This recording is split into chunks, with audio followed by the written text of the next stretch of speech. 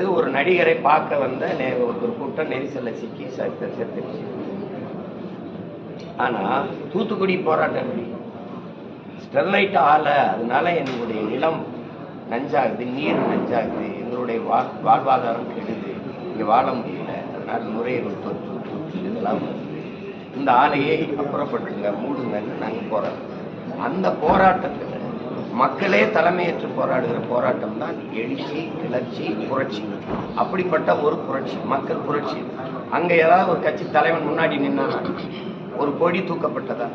இல்லை. ஆனா மக்கள் தங்கள் கையை உயர்த்தி இந்த ஆலை வேண்டாம் என்று முழக்கமிட்டு வந்தார். அது மக்களாக முன்னெடுத்த போராட்டம். அந்த மக்கள் போராட்டத்தில் கூட்டமா வர்றாங்கன்னா மாவட்ட ஆட்சியர்கிட்ட மனு கொடுக்க வந்தாங்க. அதுதான் நோக்கம். உங்க இருந்த அதிகாரி என்ன சொல்லியிருக்காங்க, அல்ல காவலர்கள் என்ன சொல்லியிருக்காங்க, இவ்வளவு பேர் வர முடியாது, நீங்க முன்னாடி நிற்கிற ஒரு 4 பேர் 5 பேர் வந்து மனுவை கொடுக்க வாங்கன்னா கொடுத்துட்டு அழகா கோரிக்கை வச்சுட்டு போயிடுவாங்க. அங்க ஏன் துப்பாக்கி சூடு நடந்தது? நான் கேட்கறதுக்கு யாரு மனச்சான்றோடு பதில் சொல்ல இந்த நாட்டில் யாருக்கா சொல்லு?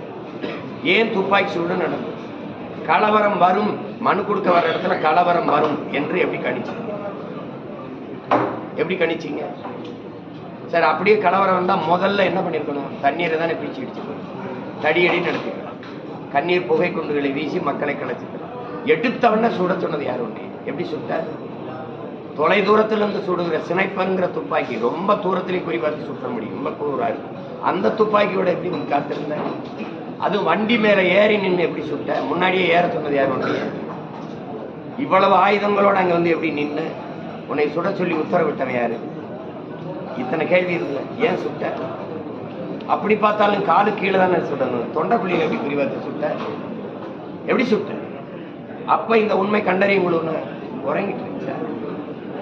ரொம்ப கூர்மையா பார்க்கும்போது குருடா இருந்துச்சா? சொல்லுங்க, பார்வையற்று போயிருந்துச்சா? இப்ப பாக்குறது அப்ப இந்த ஆட்சி தானே. ஏன் வரல? இந்த காங்கிரஸ் கட்சி இன்னைக்கு வருது, இது ஏன் வரல? ஏன் வரல? அப்புறம் மக்களுக்காக நான் யாரு?